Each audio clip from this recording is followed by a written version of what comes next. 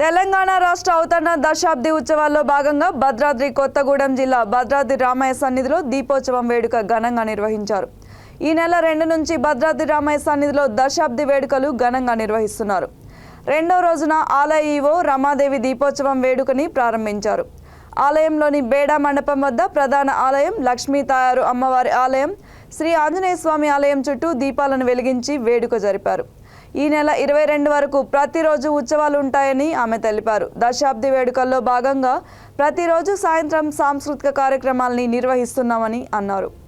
తెలంగాణ రాష్ట్ర అవతరణ దినోత్సవ వేడుకలు భక్తులందరికీ తెలిసేలా ఆధ్యాత్మికత ఉట్టిపడేలా కార్యక్రమాలు నిర్వహిస్తున్నట్లు తెలిపారు.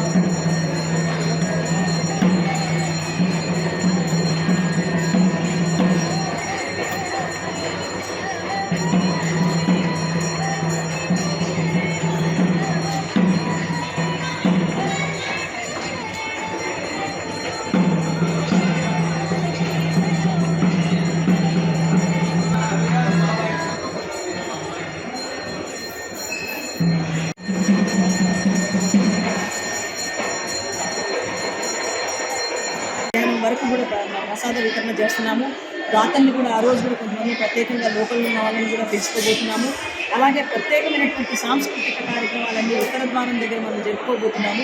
ఆ జరుపుకునే కార్యక్రమాల్లో కూడా భక్తులందరికీ కూడా అవకాశం ఇస్తాము, కవులను సన్మానించుకుంటున్నాము.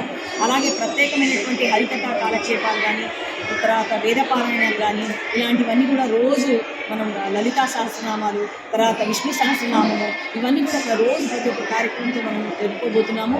వీటన్నిటినీ కూడా భక్తులు వారు ఇక్కడికి వచ్చేసి ఇవన్నీ చూసి తరించి వెళ్ళాలని కూడా కోరుకుంటూ జై శ్రీ